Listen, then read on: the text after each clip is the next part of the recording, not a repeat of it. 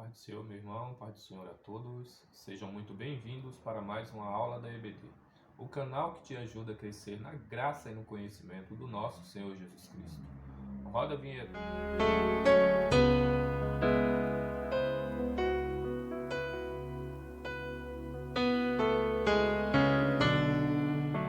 Bem, meus irmãos, já estamos de volta para darmos mais uma aula da EBD. E agora no quarto trimestre, né? Estamos no quarto trimestre com a lição nova. Peço que você acompanhe aí a nossa nova lição. Vou mostrar aqui, ó, para todos verem a nossa nova lição. Essa que passaremos a estudar no quarto trimestre, falando sobre Jó, né? A fragilidade humana e a soberania divina, o sofrimento e a restauração de Jó, né? Um livro muito importante, um livro histórico de um dos homens que eu posso dizer mais fiéis que a Bíblia cita, mesmo em tempos de muita dificuldade, muita adversidade, ele se manteve firme e não negociou a sua fé, né? Foi fiel até o final, né? E o Senhor o abençoou e multiplicou todos os seus bens, o que ele tinha, restaurou sua saúde e lhe deu uma família maravilhosa novamente. Mas isso nós vamos vermos ao decorrer desse trimestre. Hoje nós vamos falar um pouquinho sobre o livro de Jó, né? Sobre o livro de Jó. É a nossa lição de número 1, o livro de Jó. E o nosso textual está lá no livro de Tiago, capítulo 5, versículo 11, que nos diz o seguinte: Eis que temos por bem-aventurados os que sofreram.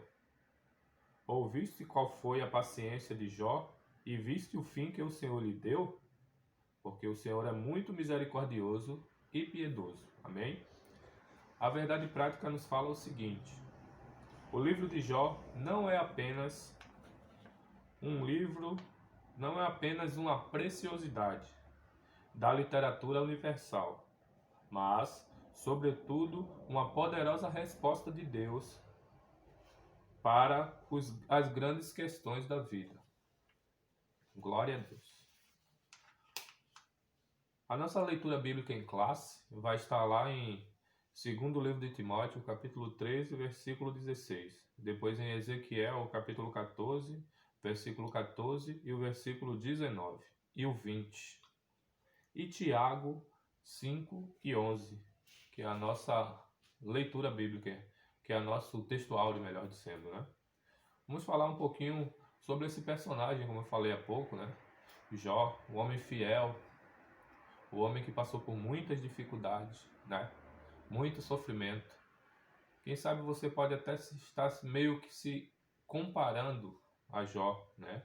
Dado as devidas proporções. Mas não se esqueça, Deus está com você. Mesmo que Ele esteja em silêncio, mesmo que você não esteja ouvindo ou vendo a sua resposta, né? Mas Deus está presente. A misericórdia de Deus é a mesma, ela não mudou. Assim como foi com Jó, Ele será contigo também. Amém? Nós vamos falar um pouquinho sobre a autoria, local e data do livro de Jó, né? Esse é o nosso tópico de número 1. Há uma grande discussão teológica sobre a autoria de Jó, né? A autoria, a data, né? Qual ano, quem escreveu este livro, né? E, na verdade, não se tem ao certo, né? Sabe-se pela Bíblia que Jó viveu na terra de Ur. Pelas algumas características que a Bíblia cita, algumas formas linguísticas que o próprio livro nos apresenta, dá-se pelo menos a entender e tem uma noção, assim como dizem os historiadores, que o livro de Jó é do tempo dos patriarcas, né? Abraão, Isaac e Jacó, ou seja, no tempo pré-tribulacional, ou no tempo pré-exílico, né? Como se chama, quando o povo de Israel foi levado cativo. Segundo algumas características, pois uma delas que é muito sustentada é que Jó, num determinado versículo e capítulo, ainda no comecinho, ele ofereceu sacrifício pelos seus filhos, pois entendeu ele que as festas que seu filho fazia, muitas, né? Pois ele era muito próspero, o seu pai, também a sua família, né, que estava junto com ele, e Jó ofereceu sacrifício a Deus, pela vida dos filhos, né? Entendendo ele que os filhos poderiam ter pecado contra o Senhor, ter transgredido, né, a vontade do Senhor, a lei do Senhor. Então Jó foi oferecer o sacrifício. Isso é um forte índice que o livro de Jó foi escrito no tempo dos patriarcas. Por quê? Porque a lei mosaica, né, e a instituição do culto litúrgico e o sacrifício, né, todo aquele culto lá, toda aquela preparação, se deu após a saída do povo do Egito. E assim o Senhor instituiu a lei cerimonial, né, onde escolheu os sacerdotes da tribo de Levi, né, e por aí em diante. Dá-se a entender que Jó, né, e é um forte índice realmente, muitos estudiosos, pesquisadores relatam sobre isso. Há outros que também não acreditam muito, acham que foi pós-exílio, né? Mas assim, o pós-exílio, ou melhor, após o pós-exílio foi instituída a lei cerimonial que somente os sacerdotes e os sumos sacerdotes poderiam oferecer sacrifício por alguém, pelo povo, né? No caso de Jó, ele próprio ofereceu sacrifício. E em nenhum momento a Bíblia cita que foi pecado e foi incorreto. Porque no caso, isso dá-se a entender que o livro de Jó foi antes do exílio e antes da instituição da lei cerimonial que Deus deu a Moisés e para o povo seguir conforme as leis, né, que o Senhor instituiu. Outra coisa é a data, né? A data é indefinida, né? Não chegou-se a um consenso de qual foi a data que foi feita o livro de Jó, né? Não tem uma data definida, assim, uma data. E a autoria também. A autoria, muitos defendem que foi o próprio Jó que escreveu a maioria dos capítulos, né? E lá no finalzinho do livro, após a sua morte, alguém concluiu dizendo que ele morreu, né? E foi sepultado e por aí vai, né? Ele morreu, mas antes Deus o restituiu tudo, né? Segundo alguns que defendem, foi escrito por Jó. Todo o capítulo, todo o livro, menos o finalzinho do último capítulo que fala sobre a sua morte, né? Isso se deu a alguém para concluir esse livro. Segundo esses pesquisadores e teólogos, eles dizem que isso era muito comum na antiguidade, né? Era muito comum na antiguidade alguém fazer esse tipo de escrita de livro, né? Algum registro, que um começava toda a obra e o outro após concluir, após a sua morte, para fazer apenas o final do livro. Uma coisa é certa, que Jó viveu após toda essa dificuldade e tribulação mais 140 anos. Ele teria tempo de sobra para fazer este livro, né? Embora que ele não cita ele como autor, né? Mas ele poderia fazer o livro falando dele na terceira pessoa, né? Então, é razoável acreditar, né? Tem uns contrapontos, mas enfim, o livro ele é de autoria indefinida. Alguns defendem até que ele foi escrito por Moisés, né? Por Moisés, ou por outros, até Neemias pode ter escrito este livro, mas o fato é que não se tem um autor definido, né? E aqui eu separei um trechinho que diz o seguinte, ó: o cristianismo histórico conservador não tem o livro de Jó como uma ficção religiosa, mas como uma narrativa poética inspirada por Deus e redigida por um único autor, né? Assim é o pensamento do comentarista aqui. E uma coisa é certa, que tem que estar nos nossos corações, né? Temos que crer que o livro de Jó é um livro inspirado por Deus. Isso é fato. Não devemos tirar isso do livro de Jó, mesmo que seja uma poesia, prosa, né? Em um livro poético, um livro histórico, poético histórico, mas ele é um livro inspirado, né? Jó é um exemplo de fidelidade a Deus em qualquer circunstância, né? Faz-me lembrar que uma certa feita o próprio Jesus falou que era muito difícil uma pessoa rica entrar no reino de Deus. Era mais fácil um camelo passar no buraco de uma agulha do que um homem que é rico entrar no reino dos céus. Mas só que depois ele fez uma ressalva, né? Ou melhor, ele fez um complemento. Ele disse: As coisas que são impossíveis para os homens são possíveis para Deus. Jó é um exemplo. Jó era o homem mais rico da sua época. Segundo os historiadores, Jó se compararia hoje com Bill Gates e mais os dois homens mais ricos do mundo, todos eles juntos. Era a riqueza de Jó, né? E uma coisa que é importante, Jó não era israelita, né? Pela terra de Ur que Jó vivia ali era a Arábia, né? Jó era um árabe judeu, né? Ele não era da linhagem de Israel, né? Ele era um árabe, ele era da terra da Arábia ali. Os irmãos conhecem a terra de Ur ali, desculpe, próximo da Babilônia ali, naquela região do Oriente Médio, né? E da terra de Edom, que seria posteriormente. Jó viveu naquela região e era o homem mais rico daquela região. Ou seja, se fosse nos dias de hoje seria um sheik, né? Mas nenhuma das suas riquezas materiais deixou que ele se apartasse da sua fidelidade ao seu Deus. Tanto é que os irmãos vão ver que ele perdeu tudo, né? E igual continuou firme ao Senhor, continuou firme ao nosso Deus. Vemos também que, como o inimigo é astuto, né? Que foi lá, se apresentou na presença do próprio Deus para ir lá e falar sobre Jó e acusar lá também.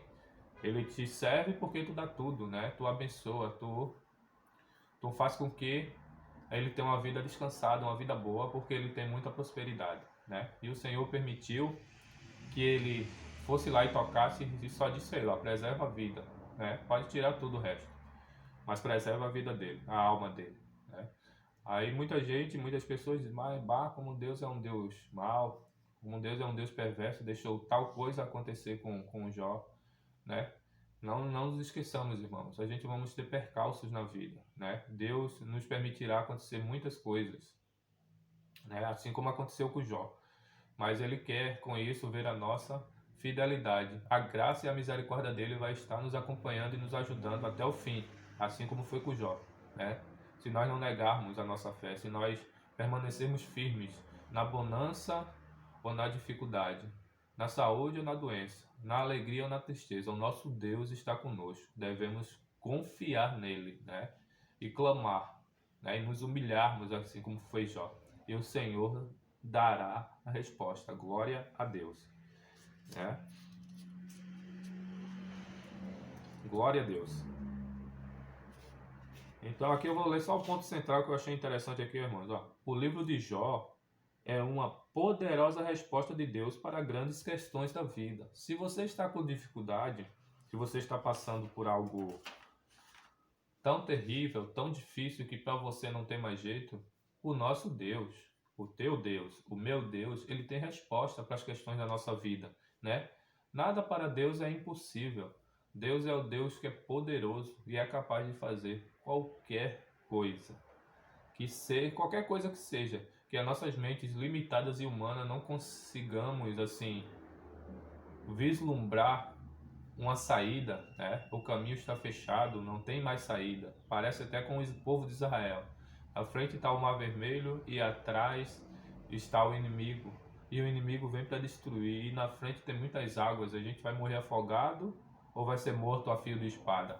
O nosso Deus tem saída para nós, assim como foi naquela ocasião com o povo de Israel. Mesmo se ele não abrisse o Mar Vermelho, o povo passaria por cima, eu tenho certeza, né? Que Deus é Deus de milagre, assim Ele quer fazer na tua vida. Só basta você crer e permanecer firme, amém? Glória a Deus por isso. E aqui no nosso tópico de número 2, vai nos falar o seguinte, sobre a estrutura literária do livro de Jó, né? É prosa e poesia, como eu citei lá no começo, né? Que é um livro que é poético, né? Que fala sobre as questões de Jó, sobre a dificuldade, e prosa, que é troca de conversações, onde Jó conversa com seus amigos e faz a sua defesa, né? Vale aqui lembrar que, falando sobre a estrutura do livro, né? E também sobre a prosa, quando ele faz o diálogo com seus amigos, ele permaneceu fiel, mesmo sendo acusado de ter pecado, né? Muitas vezes na nossa vida a gente está passando por alguma dificuldade e vem justamente esse tipo de amigo que diz, não, te reconcilia, volta, porque tu estás em pecado, né? Nem todas as dificuldades da vida que é nos impostas, nós não estamos em pecado, nós não estamos em falta com o nosso Senhor, né? Nós e o Senhor é quem conhece os nossos corações, é Ele que sonda os nossos corações. Então, quando uma resposta ou uma acusação dessa nos vier, nós devemos fazer como Jó, defender a causa, pois Jó disse que não estava em pecado e que ele refizesse as suas afirmações, saísse da sua ignorância, na verdade, né? Para fazer tal coisa, para fazer tal acusação. Pois o Senhor conhecia o coração de Jó e ele próprio se conhecia que não tinha pecado contra o Senhor, né?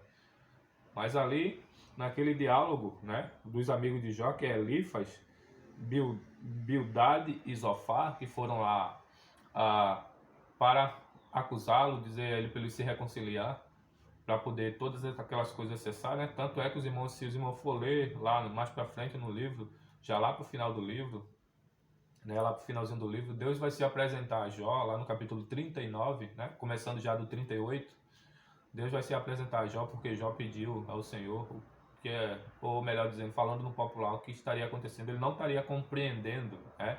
Quantas vezes o trabalhar de Deus faz com que nós não o compreenda, né? Por isso que o próprio Jesus disse, o que eu faço tu não sabes agora, mas tu entenderás depois.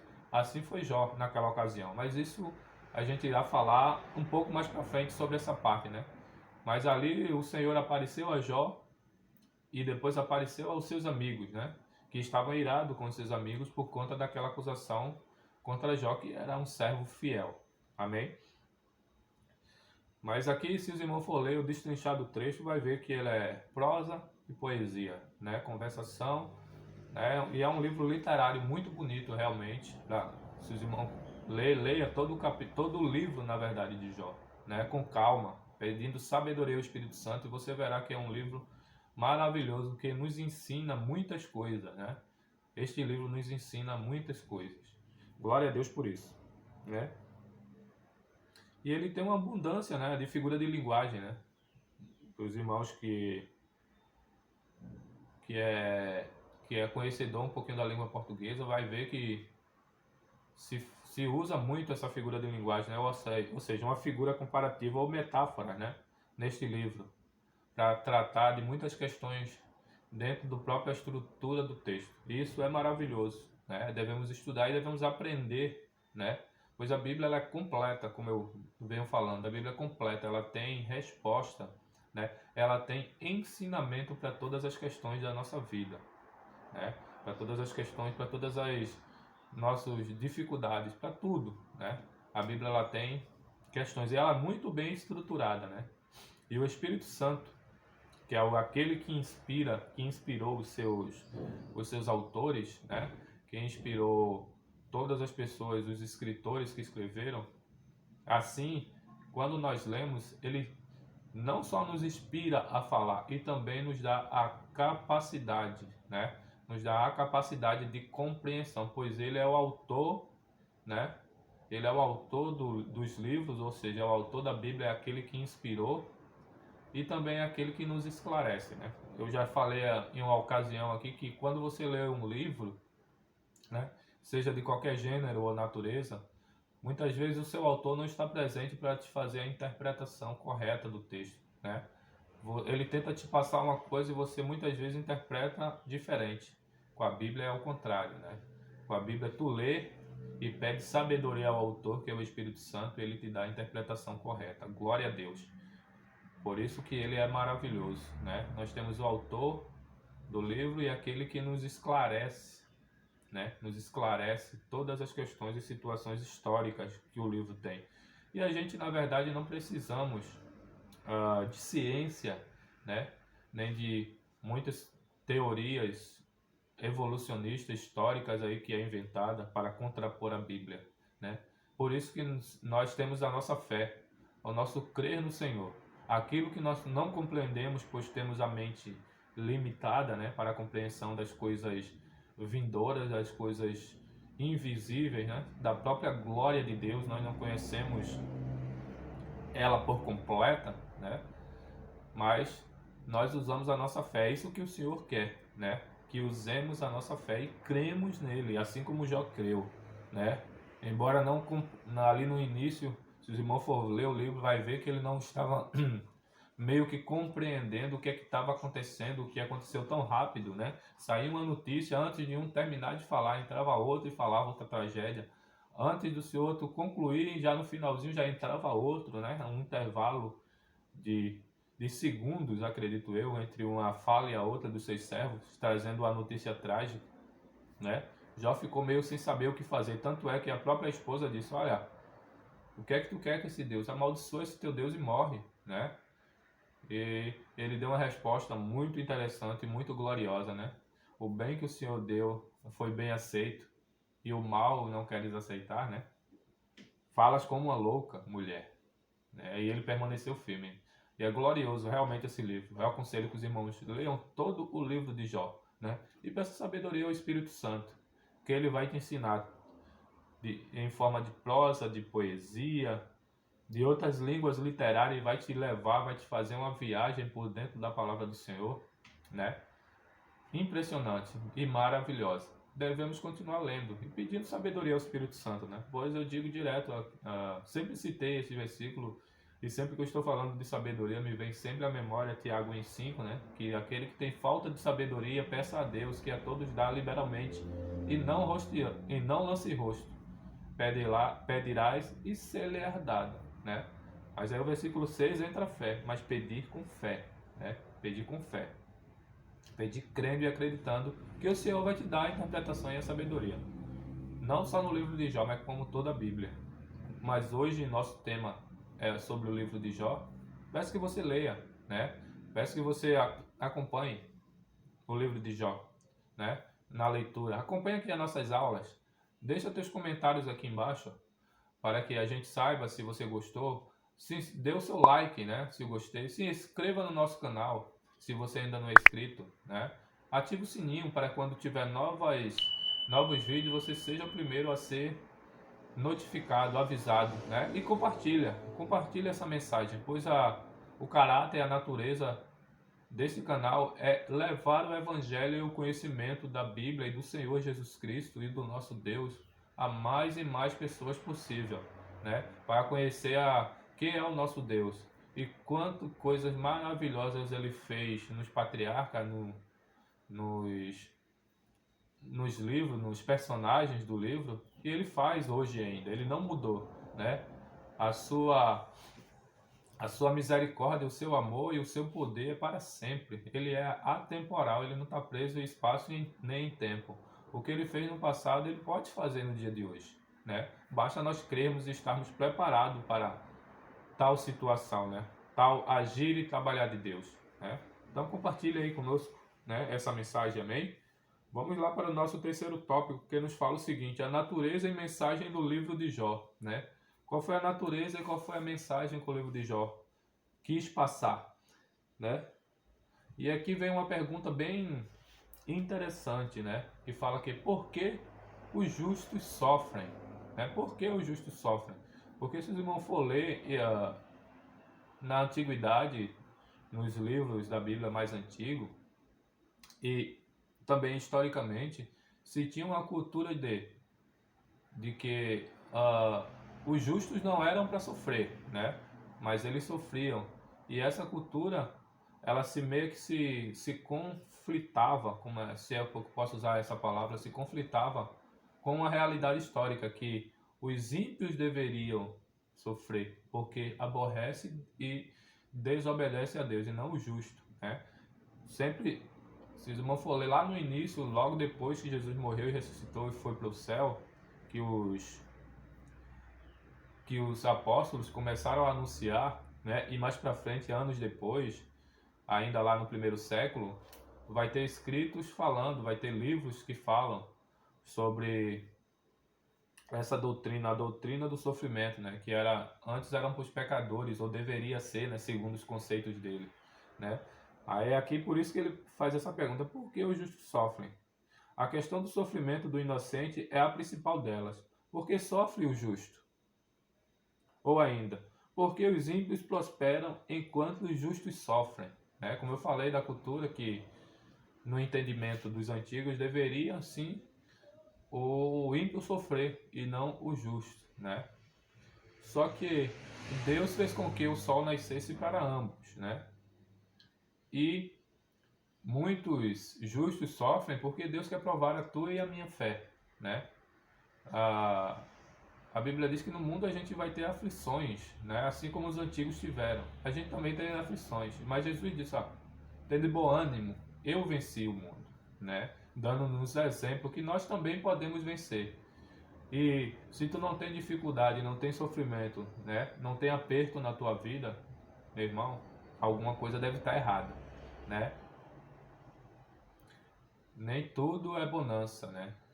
Tem um momento de alegria, mas também tem um momento de dificuldade e de tristeza. Mas o que me alegra é que o nosso Deus está presente em todos esses momentos. E aí, quando eu falo sobre a questão de sofrimento do justo, eu aconselho e peço que você leia todo o capítulo 73 do livro de Salmos, né? Um livro, ou melhor, todo o Salmo de número 73, todos os seus versículos. Que você vai ver o Salmo de Asaf, onde esse salmista vai dizer que vai falar que os ímpios, né, eles têm uma vida próspera, não têm uma vida de dificuldade, não têm de sofrimento e nada dessas coisas. E ele que era justo, que andava em retidão ao Senhor, né, estava sendo afligido com muitas dificuldades, né, com muitas coisas, com muitas provações, né? Mas aí tem no decorrer do livro, né, no decorrer desse, melhor dizendo, no decorrer desse número, desse Salmo 73, vai ter uma palavrinha ali que ele vai falar, mas quando eu entrei no altar, eu entendi o fim deles, né?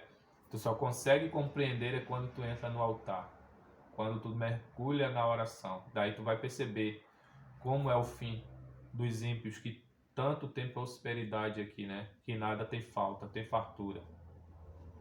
Então tu vai compreender melhor sobre essas questões do sofrimento, né? Do sofrimento do justo.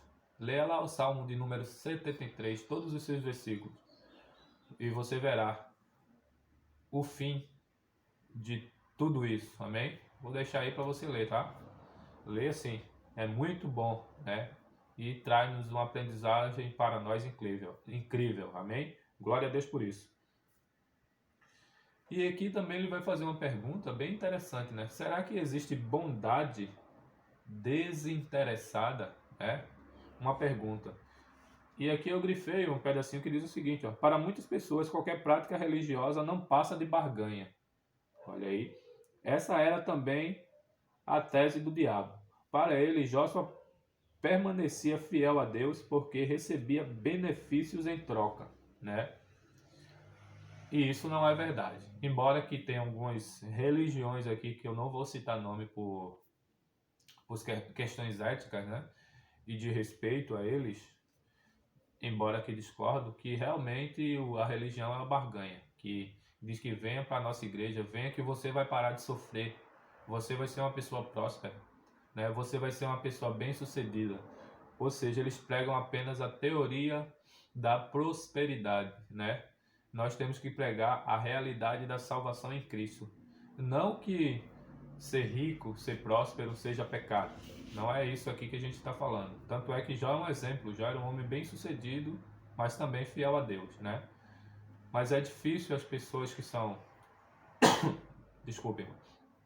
As pessoas que são bem sucedidas lembrar do Senhor, que é aquele que dá todas essas coisas, né? Todas essas riquezas.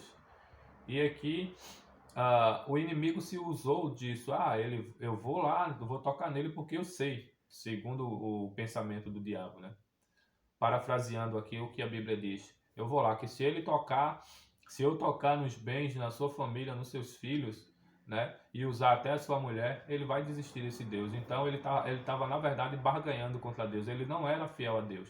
Ele só estava barganhando, ele só estava servindo ao Senhor enquanto o Senhor lhe dava alguma coisa. Quando o Senhor parar de dar, ou tudo se findasse e acabar e ele ficar sozinho, sendo rejeitado até pelos seus melhores amigos, com seus filhos mortos, perdeu toda a sua fortuna, até a sua esposa, né? Ficou contra ele, ele vai deixar esse Deus. Mas isso não é verdade, isso não foi verdade, e isso fica como exemplo para nós. né? Nós devemos ser fiel ao nosso Deus em todos os momentos, né? E embora que outras religiões, como eu falei, tenham essa teoria, esse tipo de pregação de barganha mesmo, da teoria da prosperidade, nós não devemos ser dessa forma. Nós devemos confiar e crer no Senhor pelo que o Senhor é, sabendo que Ele pode sim dar muitas riquezas e prosperidade para a nossa vida, né? Para nosso deleite material. Como assim fez com Jó, como restituiu em dobro, né? Tudo o que ele tinha. Mas o Senhor quer ver-nos acima de tudo a nossa fidelidade a Ele, né? A nossa fidelidade a Ele em todos os momentos, seja de riqueza ou de pobreza. O Senhor está lá, a sua graça e a sua misericórdia está lá, mesmo que pareça estar oculta, né? Mas o Senhor está presente. Como eu falei lá atrás, lá no início, não se desespere, mesmo que o Senhor esteja em silêncio, Ele está contigo. Tu não estarás sozinho nem sozinha. O Senhor está presente na tua vida. Creia, tome posse. O Senhor está presente. Ele não te abandonou. Seja firme, seja fiel, continue na posição que o Senhor te colocou, assim como foi Jó. E o Senhor irá te abençoar. Creia nisso. A tua bênção está bem pertinho, mas não saia do lugar.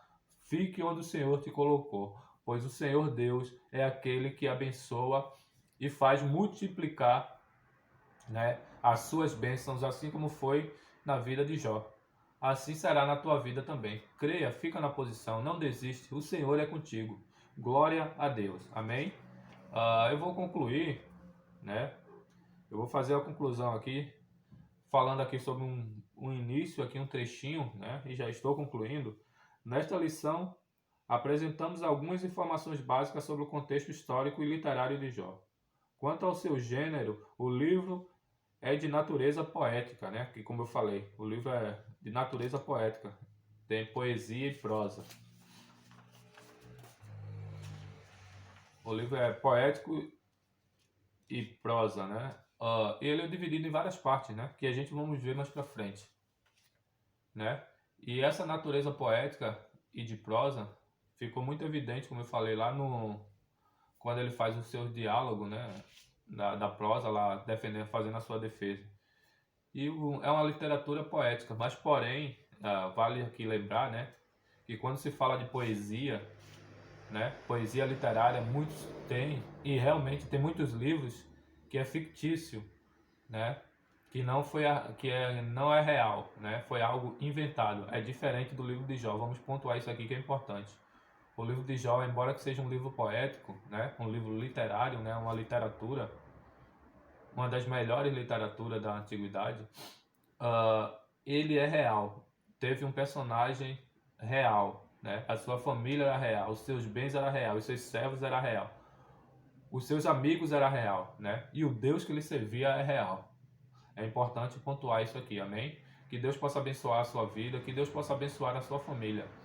Tenham todos um ótimo domingo, né? E uma ótima semana. E se o Senhor Jesus Cristo não voltar até a nossa próxima lição, estaremos dando mais uma lição desse quarto trimestre, para a glória de Deus Pai, Deus Filho e Deus Espírito Santo. Peço que Deus abençoe a todos vocês, mais uma vez uma ótima semana, em nome de Jesus, né? E assim eu agradeço e muito obrigado por ficar até o final, né? Deus abençoe a todos, em nome do Pai, do Filho e do Espírito Santo. Amém e amém.